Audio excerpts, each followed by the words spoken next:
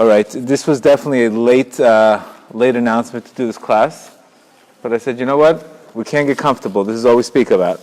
So I chose to do it instead of opting out. So B'ezrat Hashem, we have a very powerful class today. And ultimately what this class is going to be about is lengthening your days. Your life comes down to your decision. Your life, you want to can you close that, just that, so that we don't hear? Perfect. Okay. Beautiful. Okay. Yeah, let's just get it closed. Okay, wonderful. We're going to talk about major concepts both from Chassidut and also from practicality. How do we really change our lives? All begins with how you begin your day. We know specifically the way our day starts first, Shachrit. Shachrit represents the morning, represents clarity in the morning when we have the ability to create and create creativity. Mincha is the afternoon prayer. Mincha represents more of a constriction, where a person is... Hold on one second, we're having difficulties here.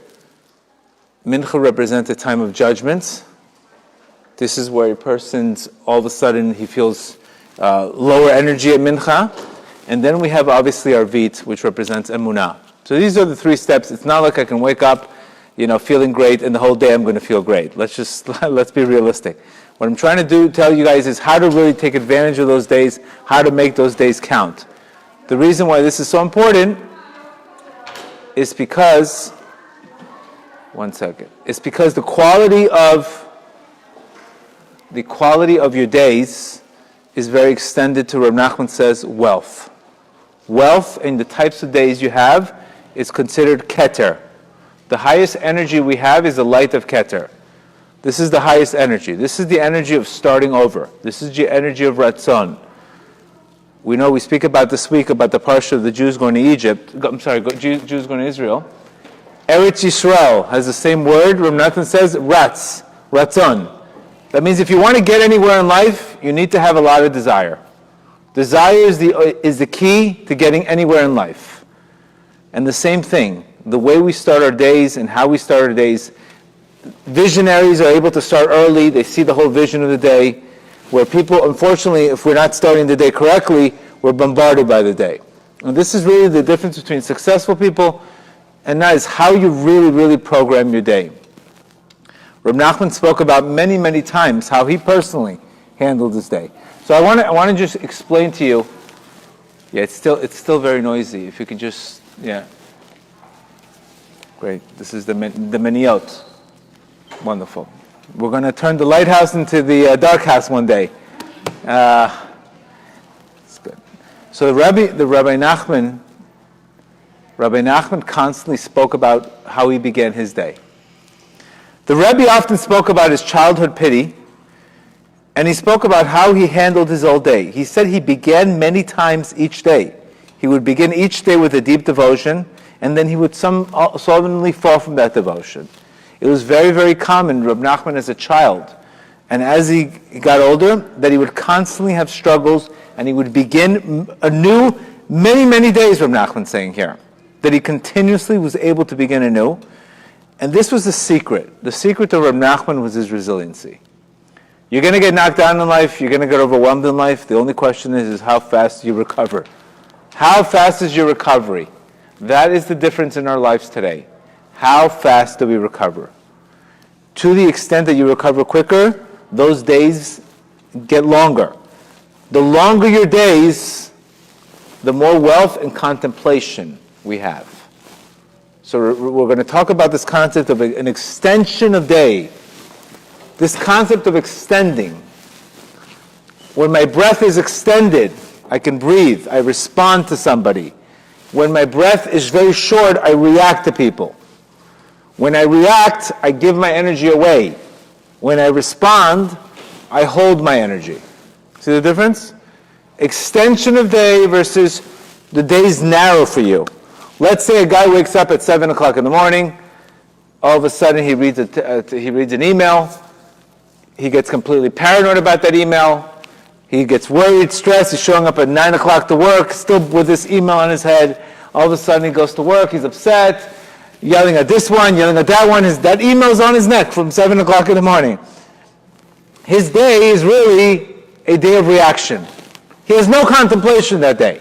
That day he's just playing defense. So you can't obviously produce if you're playing defense. So to the extent that we're able to make our days longer and wider, this is the key to wealth, this is the key to strategy, this is the key to everything in your life. It's not one day, it's how you begin the days and how you end the days.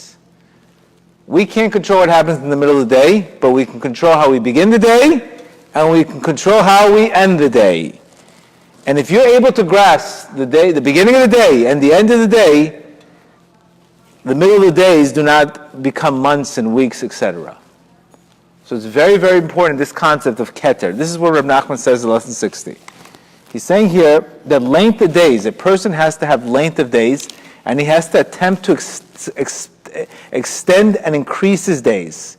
Because the place for each day, he's saying you're already prone that you're going to wake up tired, you're going to wake up exhausted, you're going to wake up already with the shortness of the day. And to the extent that you're able to get into that day and pull into that day and contemplate that day, this is where the beginning of wealth comes from. When you're able to extend things out versus shortening things out. Okay? So Kabbalistically, this refers to the concept of keter, which is the highest level of Ratzon. Now, what happened with the doors? No? We couldn't close them? It's broken. Great. Broken doors. Wonderful. So this is where we start. And how do we practically, we're going to give you guys motivations and certain things to do practically. But understand that how you do, Reb Nachman even came to a point where he even envisioned the day. Look what he says here in lesson 62. Human thought has tremendous potential. Thoughts can bring about many things, even inflation. When thoughts are intensely concentrated, it can cause a great influence. Every faculty of the mind, both conscious and unconscious, has to be there. And you know what Rabbi Nachman did? He would imagine the day before, already thinking what he's going to do that day. He's going to complete 4 pages at this hour. He was already visioning the day so strong that when he walked in, he just got into the day. So there's a very, very important aspect that you can't just wake up by accident. You have to have a plan when you wake up. Spiritually. Like, for example, I imagine myself waking up at a certain hour and waking up and doing meditation and praying for it the night before. I'm already taking advantage of the night before, already taking care of the day before. So this is really the extension. If we walk around our days very shortened, where we're reacting to people, where we're getting stressed out by the news, what happens is in those days when you have your mind in the right place, this is where opportunities come to you. I never forget the opportunity to open up my rehab came to me one day at 2:30 in the afternoon, and I was like completely I don't know what mood I was in. But so I said, you know what, let me pick up the phone call. I don't really want to talk to that guy, but I'm going to pick it up anyway. That phone call changed everything. One phone call. I could have just, don't bother me. You know, when we get in that mood, we don't want to pick up phone calls. We've all been there. But that phone call could be the one that you need for your shidduch. That phone call could be the one that you need for an opportunity. So it's very, very important that we don't let our mood determine our decisions. And this is the importance of extending the day. Reb Nachman says your breath is your vitality. We speak a lot about that. So think about 3 things that take away your breath, right? First is any kind of lust. The lust for food, right? What does a person need when he eats a lot of food? What does he say? I can't breathe. I ate so much food, I can't breathe. That's not good. Because if you can't breathe, your day's done at 1 o'clock. A guy can have a shawarma with whatever he wants in his, he visited the whole Tel Aviv, and next thing you know, by 1:30 he's sleeping. The day's done for the guy. That's a short day. The day had no vitality. You ate a big lunch, the day's done. That's opposite of extension of day. Or a person, for example, unfortunately, a person can have addictions to too much money. And that could also, how many people say, I'm so stressed I can't even breathe. I haven't had a chance to breathe. Again, what is that telling you? You're giving away your vitality. Or if a person, God forbid, is lusting for other things. She took my breath away. It's a big problem. She took your energy away from you. Or he took my breath away. The breath itself is your vitality. That is your life force. This is where you connect to your creator. Neshama, neshima. Neshama is your soul. Neshima is your breath. How you breathe, how you think, very related. When you lose your breath, as it says, the Gemara says, a fool vents out his breath. He's always venting out his breath. He's giving away energy. So first, every emotion that we have affects our breath. Every single emotion you have affects your breath. And your vitality is your breath. Contemplation, etc., etc. So just like anything, Rav Nachman says, you have to master your breath. So let's talk about even how do you even get to that soul state. Before we even get to our soul state, there's a first state called the nefesh. The nefesh is the desires. The second stage is the ruach. The ruach is the emotions. Then I can get into my soul state. I can't just get into my soul state like this. Not happening. First I have to work on my desires. The nefesh is my desires. Once I'm able to conquer my desires, then I can start now dealing with my emotions properly. Because if your desires are taking over, you forget your emotions. Your emotions are you're not even going to feel. Especially, God forbid, if we have addictions, we don't even feel anything, even feel the emotion. So the first step is always the desire. Then, once you're able to work on your desires, then you get to the second level, which is your emotions. That is your ruach, your spirits. Your wind, your energy level is your ruach. That guy has a great energy. Oh, he's terrible energy. She's got great energy. What does that mean? Person's ruach, a person's energy level. Are they connected to a ruach of simcha, or are they connected to a ruach of sarah v'yagon, a ruach of sadness and sorrow? What kind of ruach are you giving out? Right? Then you get into your soul state. When you're in your soul state, this is where you can ask a question to your creator and you get a whisper back. This is where you can tune in to your soul, to your purpose, to get clarity on what you need to do in life. So there's advantages of this. It's not like, I'm going to work on my emotions and work on the fact that if I'm able to silence the mind, and I'm able to control my passions, the reward is, I get the reward of silence. And once you have silence, you could tap into that silence and ask questions and you can get answers. What are these questions worth today? Who should I marry? Where should I work? What should I do? What is that worth today nowadays? What is that worth? It's priceless. You know what it is to be able to go to a meditation and be able to ask your creator a question and he gives you a chill, or he'll give you okay, I know what to do now. You know how much time you spend without worrying about things that are going to happen? You're connected. You're getting direct Wi-Fi. So there's a big advantage of working on mindfulness, and there's a big advantages of dealing with your desires. You change your diet, you can start getting more spirituality. You change your emotions, you can start hearing.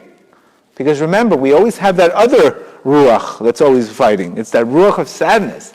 It's the ruach of expectations. It's that constant ruach that's always blowing, which is the ruach of sadness. And we all get it, because God invented us with a Yetzer Tov and a Yetzer Hara. He invented us with both of them, and our job is to pay attention and feed the one who's helping us, and the one who's not helping us, put him to bed.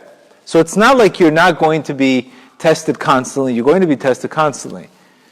But you take advantages of prime time.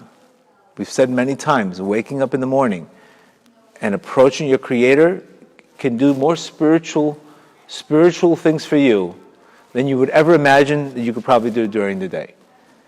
And this is exactly one of the areas that I'm going to talk about. Waking up in the morning and facing life is one of the greatest ways to sweeten judgment. It's the greatest way. This is where all miracles happen. They happen at a concept called Chatzot, which is breaking the night. The night refers to the night of darkness. The night refers to the night of hopelessness. But when you're able to wake up and say, "Good morning, I'm here, I'm not running away anymore. What do we need to fix?" judgment stops. Judgment stops. Everything stops. He's awoken. And they can't do nothing to you. But when you're running away from that purpose in life, when you're running away from your goal, when you're running away from your mission, that's where things get louder and louder. So this is what Reb Nachman says. There's two ways to do it. First, he tells us, and he brings the famous Torah, lesson 282. Lesson 282 is a very, very famous Torah. It's a famous Torah called Azama. We speak about this concept of Azama. In English, Azama means self-love. That's what self-compassion, self-love. What does Azama mean? To be able to constantly focus on the good points that are going on in your life. The good things that are going on, and to be able to focus and put energy on the good things versus walking around with negative self-speech, which does nothing but further engage in you further work with the Yetzer Hara to put us in the wrong place. So Reb Nachman tells us here in Likutei Halachot, and he tells us that when a person wakes up in the morning, he has to strengthen himself like a lion to rise up in the morning to service his Creator. So he is the one who awakens the dawn. I've set God before me. This is the major principle, to awaken the dawn. Remember, the dawn refers to darkness. It's not even what you're doing, it's your intention behind it. See, many times we get confused. Am I doing it right? Am I not doing it right? It's not, focus on how you're doing. Focus on your intention behind it. If my intention is solely to say, I want to approach my Creator, I can say A, B, C, D, E, F, G, H. I can spell out the alphabet if that's my capacity, and that would be considered one of the greatest prayers I've ever made. You understand? Because my heart and my intention is there. Your Creator wants your heart. A guy can read the Zohar, but a guy doesn't know how to read the Zohar. He's just coming to wake up his Creator. Just like when you hear an addict in my rehab center saying, I just want to get clean.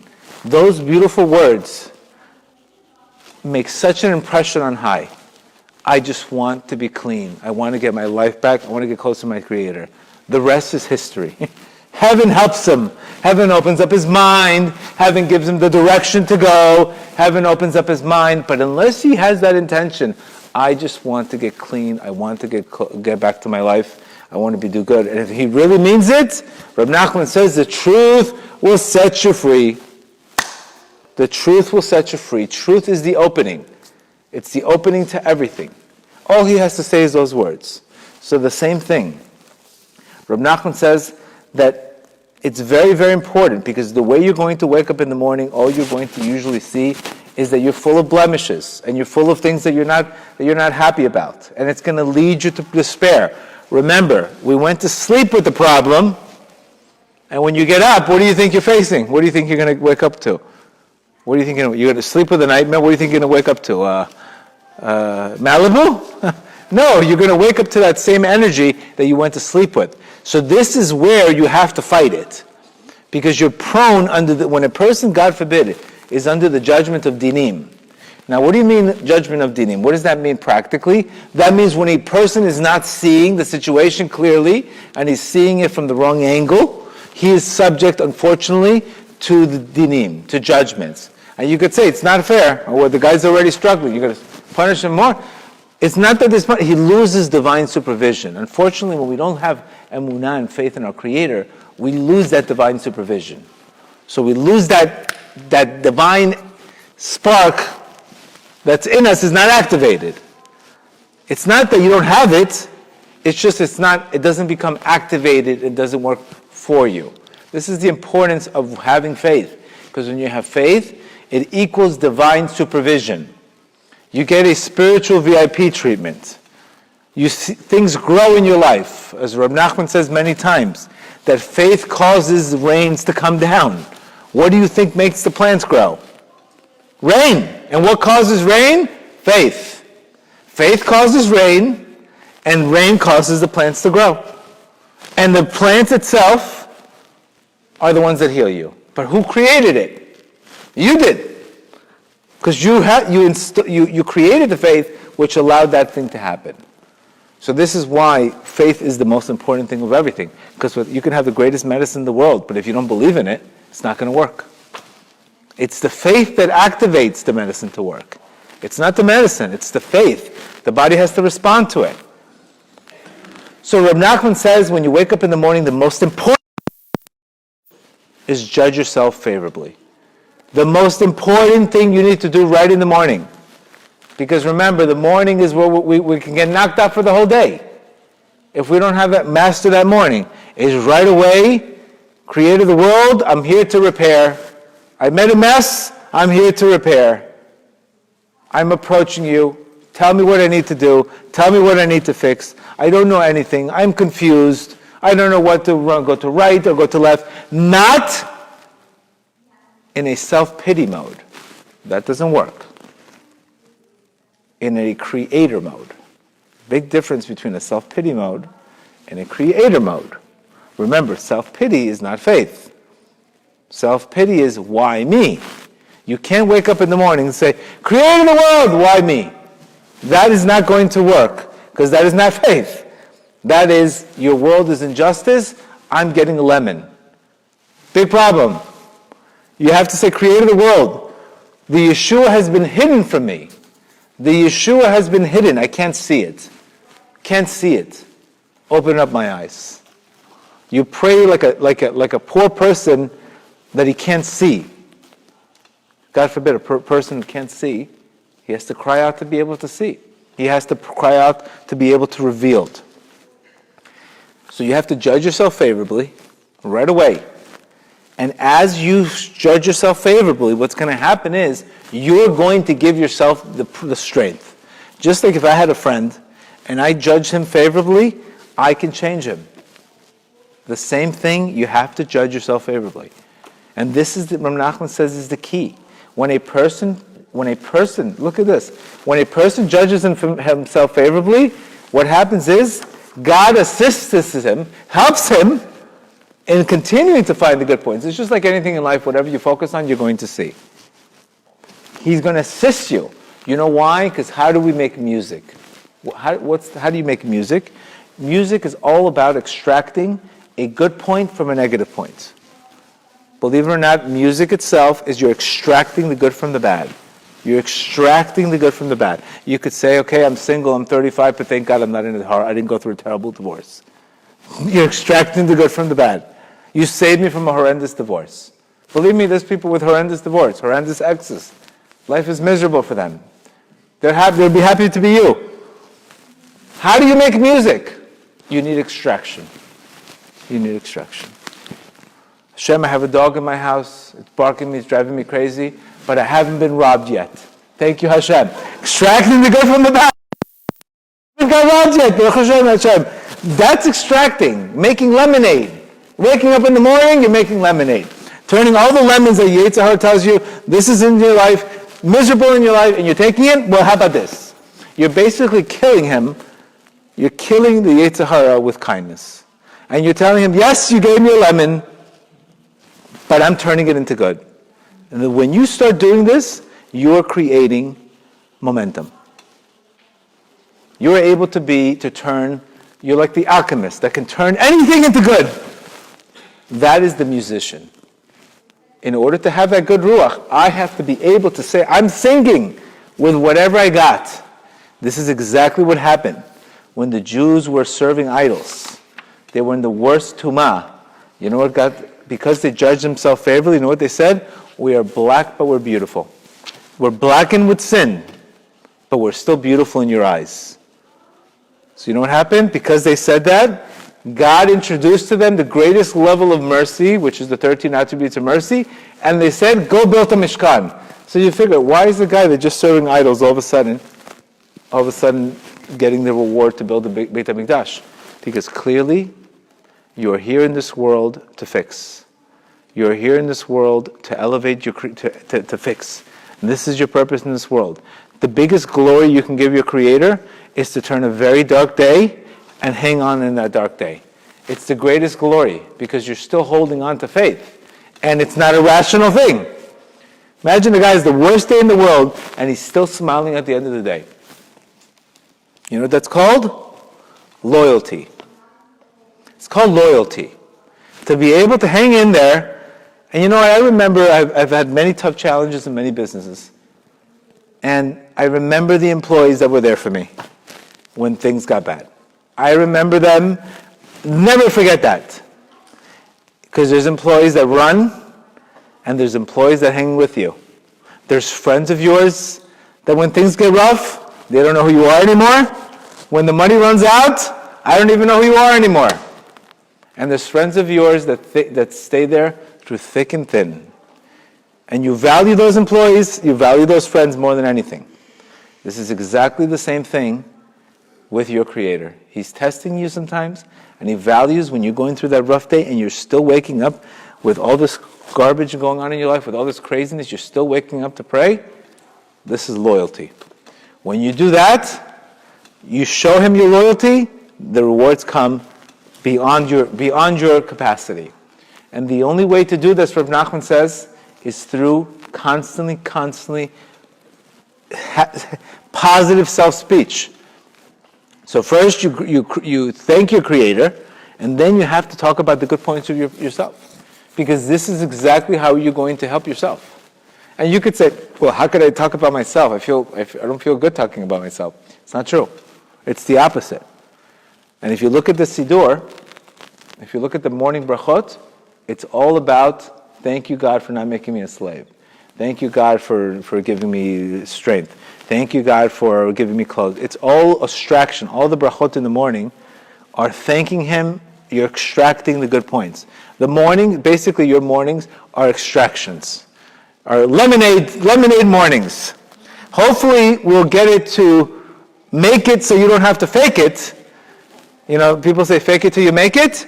We want to make it so you don't have to fake it anymore. That's ultimately the goal, to bring everybody to an extended dot so they don't have to fake it anymore. But in the beginning you might have to, fake it till you make it.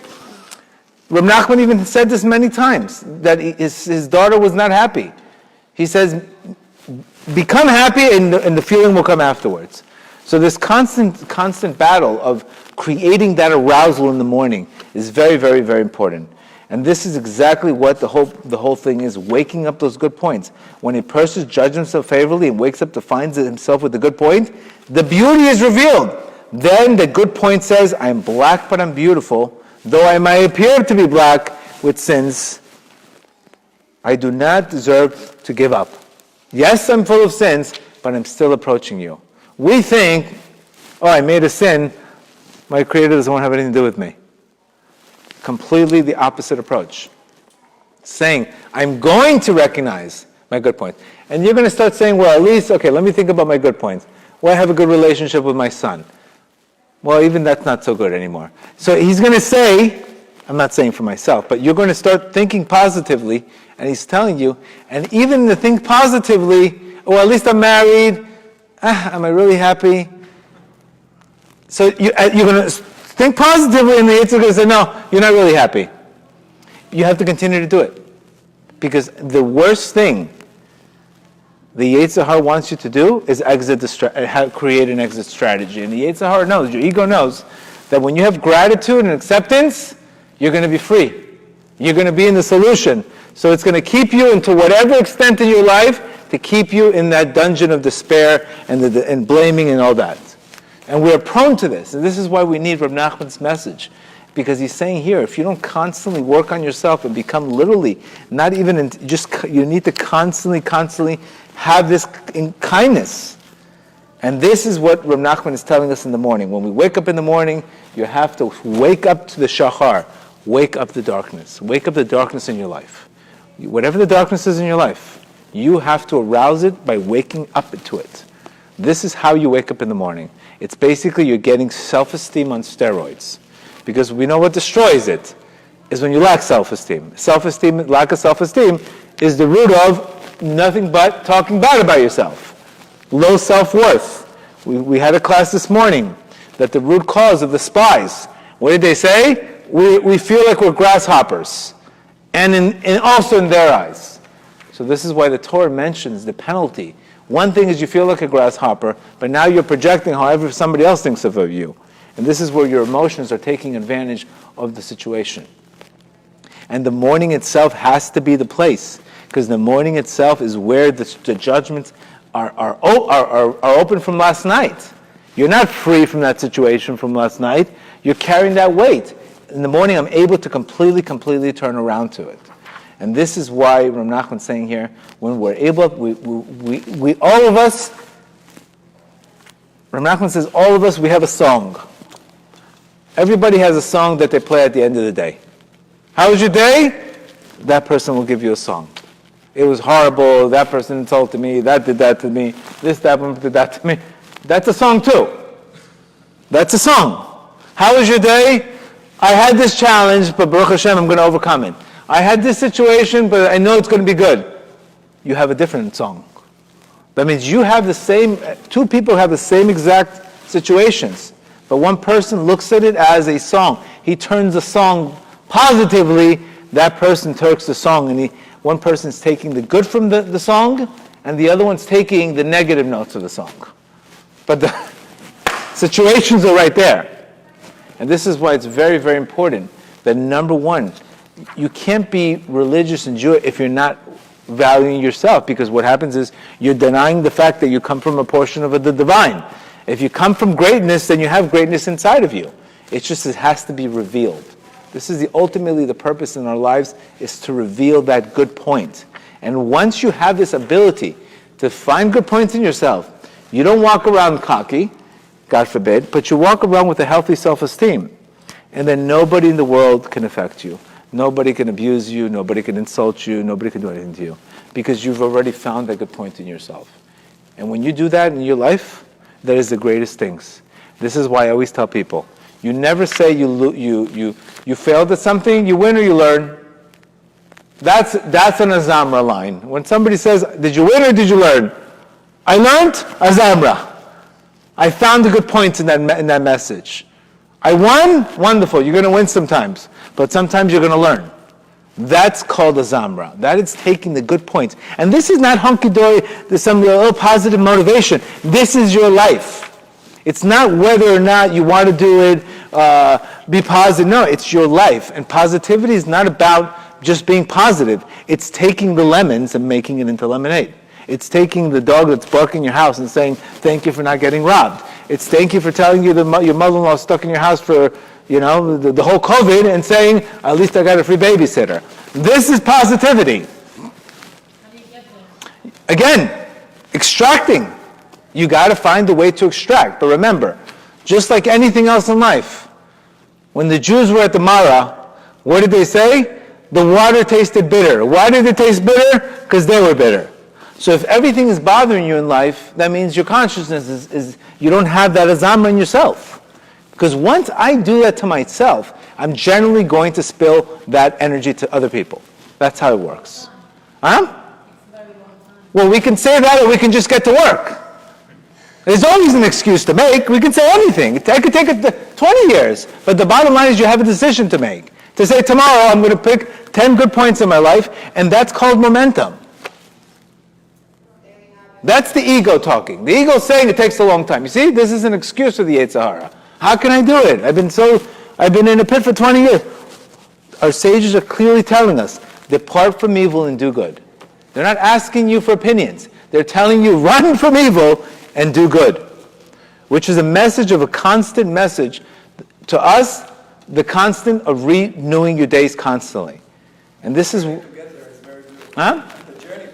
The journey to get, but once you start doing that, you're going to recognize how you're going to treat people. Obviously, we know that once you treat yourself better, your relationships change. Your relationships change. You become a different person. You can't give something you don't have. What do you want to tell you?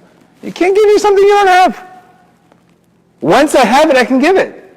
So a good chance that you become a giver is because you gave to yourself. And you gave to yourself because you have the duty to feed your soul positivity. A positive word and a negative word has a big effect on a person. Even Rav Nachman says clearly in lesson 44 that speech begins with the mouth. Speech begins with the mouth. You have to speak victory into existence. There's no glory by asking for self-pity. There's two things that angered Hashem more than anything.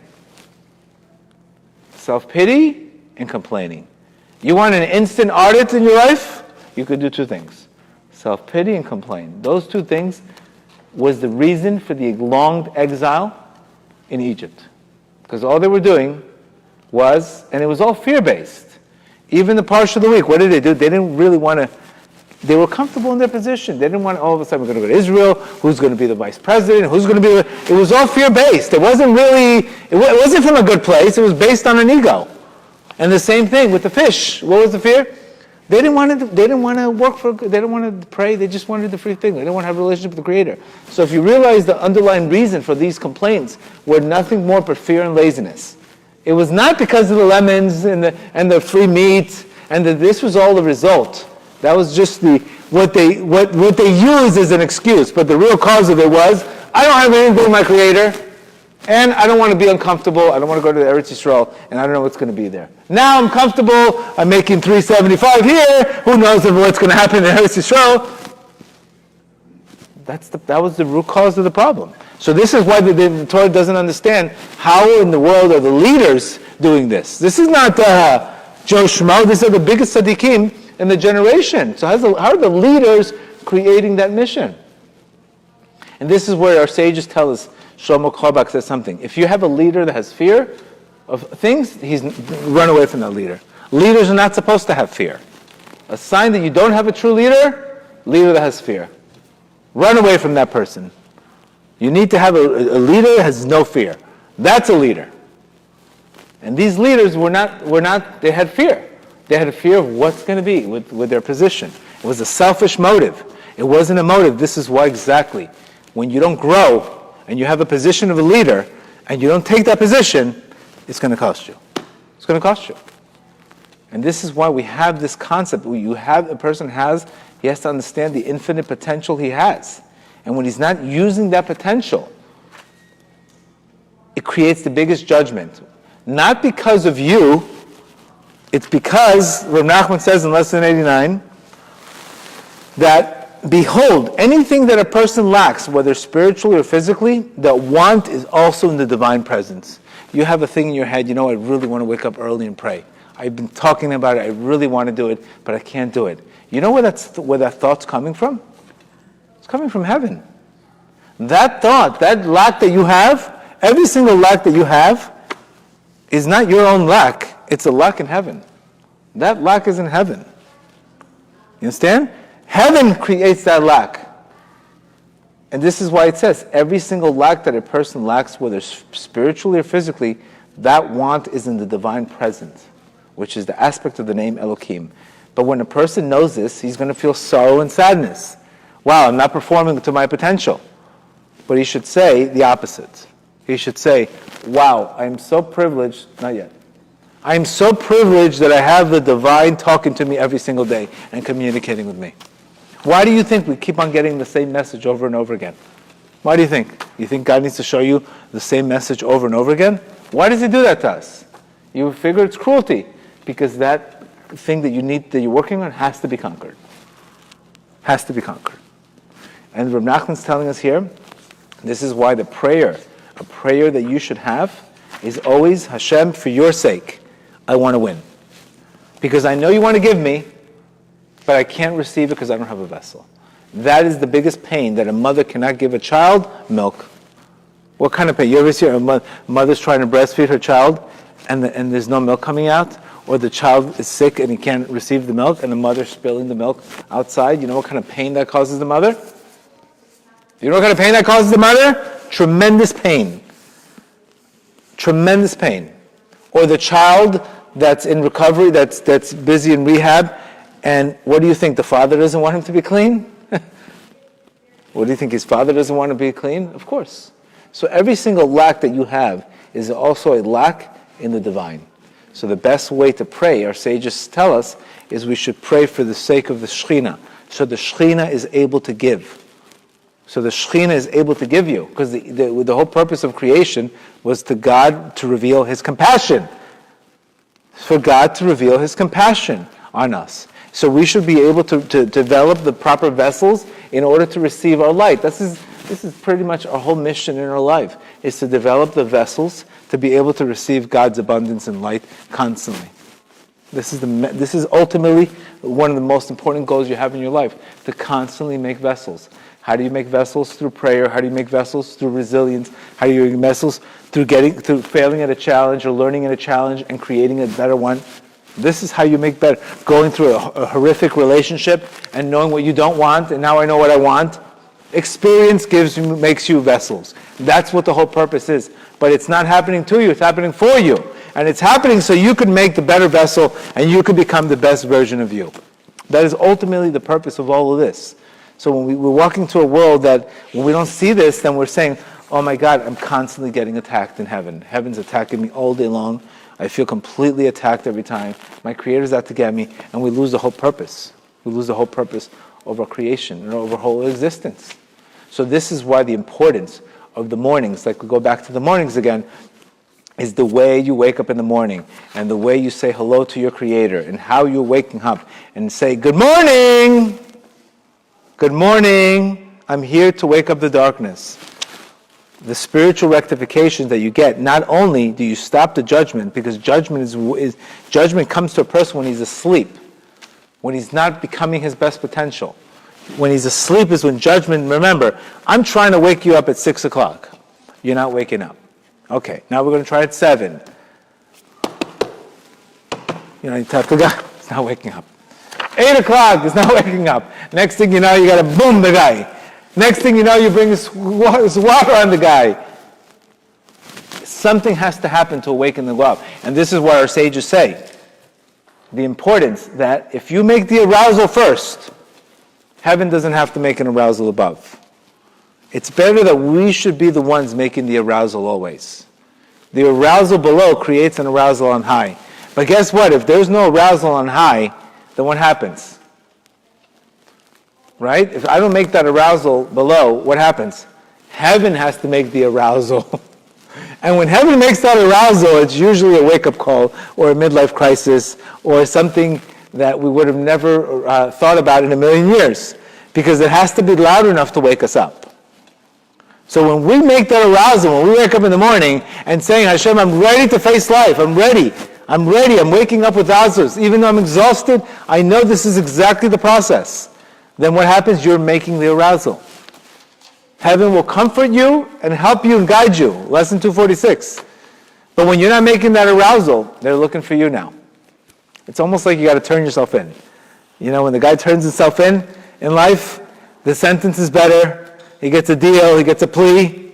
But when they're looking for the guy, can't find the guy, and then they finally find him, forget it. The sentence could have been much clearer. So we have to spiritually turn ourselves in. And what that means is saying, I made a mistake, I'm sorry, I could be better, help. That's what all that means. Heaven's not asking you to do nothing more than that. And then what comes out of it, when you're able to do this, and you come back to your Creator with love, not with always fear, but with love, then what happens is not only does the situations in the past not get fixed, but it turns into mitzvot. It turns into the process. Like, oh my God, I had to go through that process to get here. So this is the most important thing, to stop judgments. This is exactly what Reb Nachman says. This is the ultimate mitigation of judgments. Mitigation of judgments are ultimately when a person wakes up and he says, good morning to the sun. And this is why we say Tikkun Atzot. Tikkun Atzot is the heavenly, is a prayer that we say. We say this close to right now, 6 hours after nightfall, which is around 2:30, 3 o'clock in Miami. Or in New York, it could be 3 o'clock, whatever it is.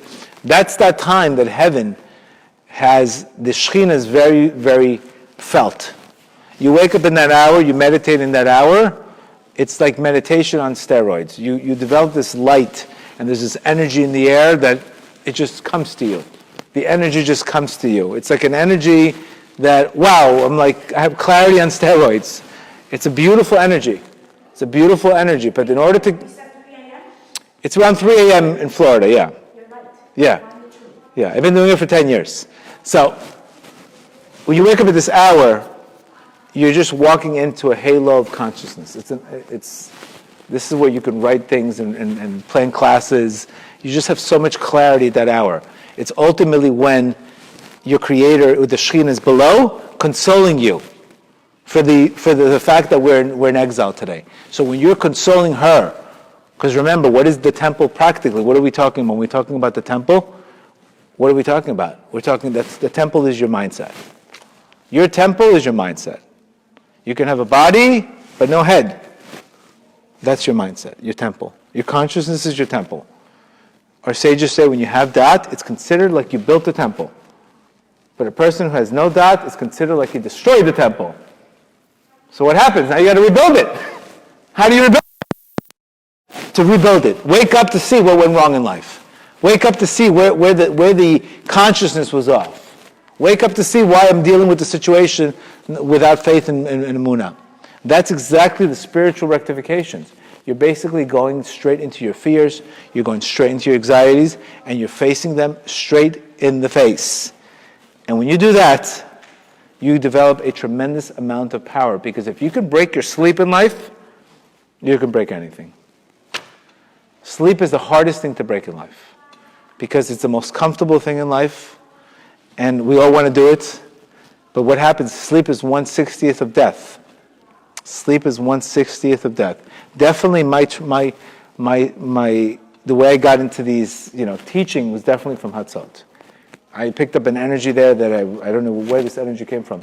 Not yet. How long did you do it? I do it for an hour and a half. I meditate, I say Tikkun Hatzot, I do his bodhidutta that hour. But that hour, the whole point is, normally I have to go make a feeling happen. I have to go get moving. At Hatzot, the feeling comes to you. You understand? You don't have to do much. The fact that you broke the sleep is the effort that you made. By breaking that sleep, you get rewarded for a tremendous amount of confidence and light, and it's an unbelievable feeling. We're going to, God willing, get to that. But really, what you're talking about here practically, your mindset is your temple. That is your temple. Temple is not something that they destroyed years ago. Your mindset is your temple. You have a good marriage. Both people are conscious. They work on themselves. You have a beautiful temple. You have a marriage. You have dat.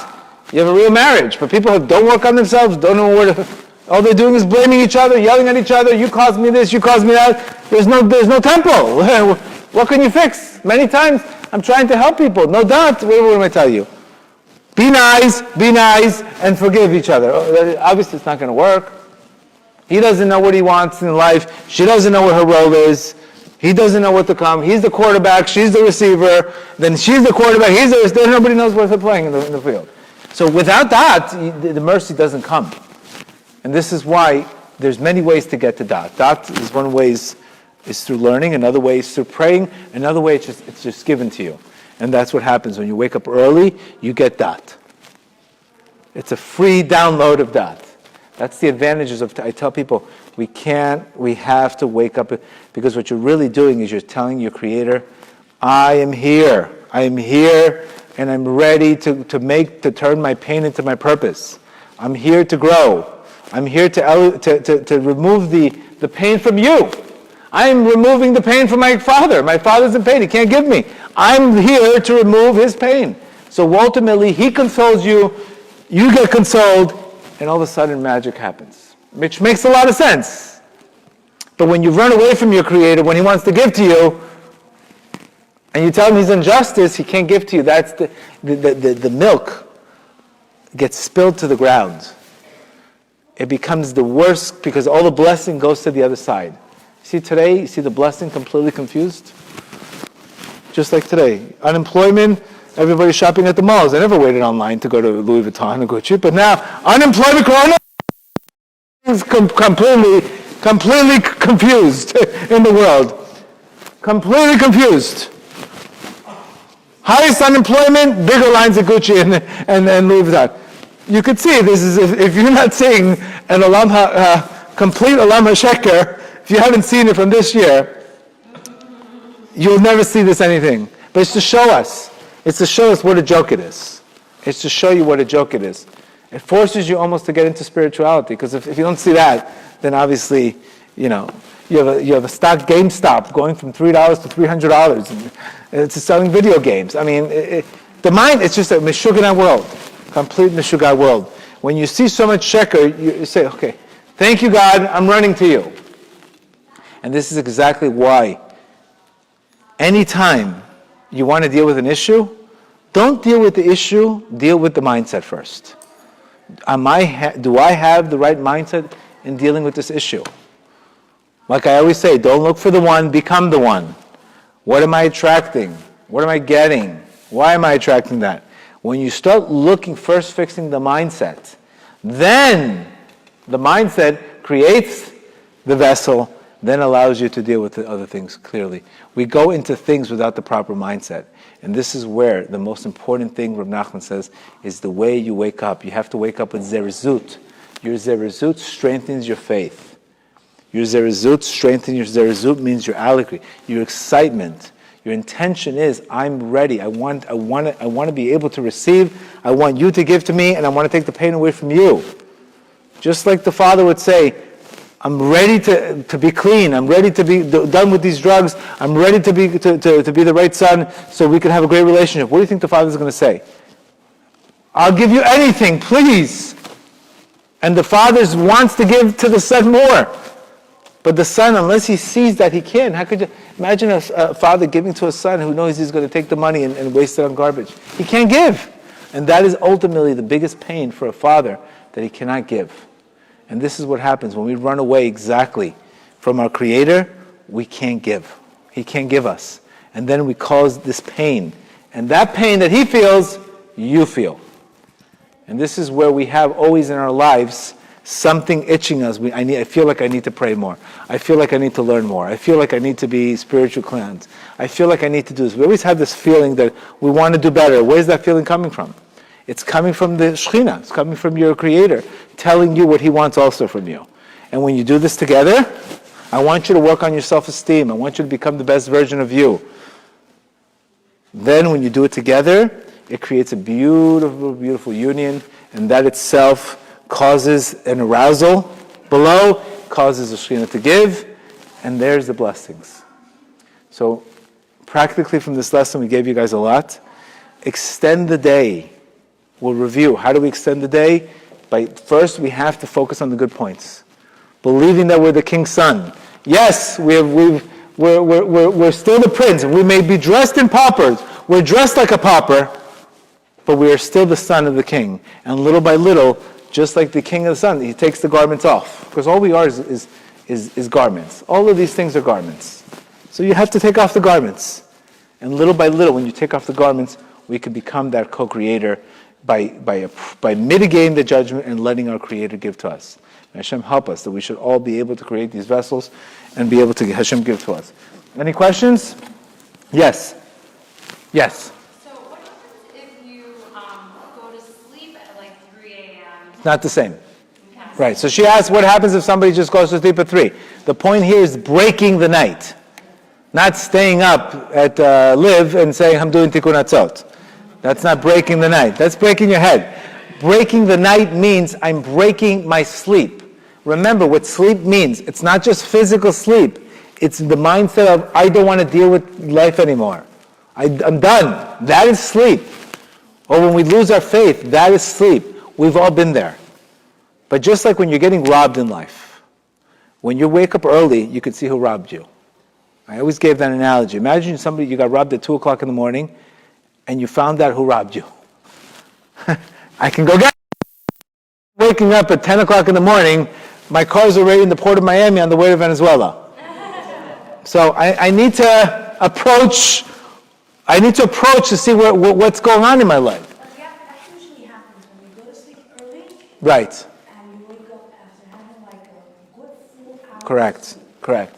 And you'd be surprised that when you do this, you will have more energy than when you don't do it.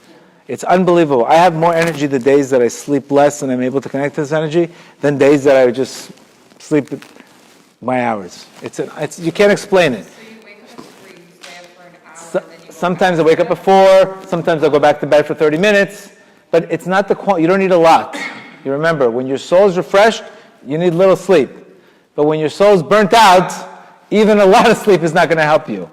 It's the quality of the days that you had affects the way you sleep. But it's not Very a important. forced wake up. Huh? It's not a forced wake up. We want to start this slow. Come on its own. Right. No, you have to wake up. No, it's not true. You have to wake up. That's the whole point. I have to wake up and be uncomfortable. Not true. You have to fight it. Absolutely. The whole point is, I don't want to deal with my issue. I don't want to deal with my problems. But I'm going to wake up anyway because I have to. Everybody wants to run away and suppressed and deal with issues. Nobody wants to deal with anything today. Everybody's running away. But the whole point is you're not running away anymore. You're checking in. That is where the judgment stops. When I'm judging, when an addict says, I admit I have a problem, there's no more need to wake the guy up. Because he himself has created that light. Yes? So just some recommendations. So when let's say we start this up, is there a plan like at the beginning to go back to sleep for a period of time? Correct. Actually start the day? What do we need? What is the process? Right. Once you start waking up earlier, you'll be more conscious of what you eat. Your diet will change. You'll work out with different energy. Because you're recognizing for example, if I want to eat 9 o'clock, 10 o'clock, one food is not going to wake me up. Another food will wake me up. So you become more aware that you need to do this. And you should do this, you should try this once a week to start. Pick a night, go to sleep early at 10 o'clock, 9:30, and wake up at 3:30 in the morning, and do the tikkun hatzot. And then you can go to bed maybe a half an hour before you start your day. You don't need a lot. You need a little power nap, gets you right back in the game. What energy is depleted from stupid thinking. Energy is not depleted from spirituality. Let's remember that. What's exhausting you is the thinking. It's not the hatzot. Hatzot doesn't make you tired. It's the overthinking and losing faith is what makes you tired. Yes? You mentioned there's like leaders, right? Correct. In last week's part, we talked about having a good heart relative to a good eye. Right. Can you talk about that in relation to the concept that you had mentioned with a leader and having to like have fear or not fear? Right. Fear is in the heart itself. Because we know that the heart itself is also ruled by passions. So that heart is, the left side of our heart, this is why we put on tefillin on the left side of the heart. The heart always is pumping for desire. So when we're able to combat and use the positive side of our heart, which is the right, and combat our desires, then we're able to develop our heart. You understand? Our heart is our fear of God. That is what he refers to. Your fear of God is your heart. Yirat Shamayim. A leader, Reb Nachman says, a leader has to have no fear and compassion. Sometimes you've had leaders that they took fears and they made it too much. You want to have a leader that has no fear. Somebody is a visionary. That is a leader. Yes. Besides lust, what are the other two concepts that can take away Food and money. Money is, I'm not making enough money, I get depressed. I develop a ruach sa'ara, a very negative spirit. So money, food, and sex are the three things that could take away your heart. So how do you suggest? For example, eating properly. When you eat to be satisfied, you get energy. But overeating, anything you do too much, the other side gets the energy. So what we want to do is we want to focus on being conscious of what you're doing. Relations. If the relations are done in purity, it's a big mitzvah. But if it's done to, God forbid, spilling seed and all that, it becomes the opposite. And you become addicted to it. Money. If you don't have faith, and you always think you're never making enough money, so you're always going to chase it. And the more you chase it, the more depressed you're going to be. So these are the three things that are connected. Yes? Let me just shut the thing.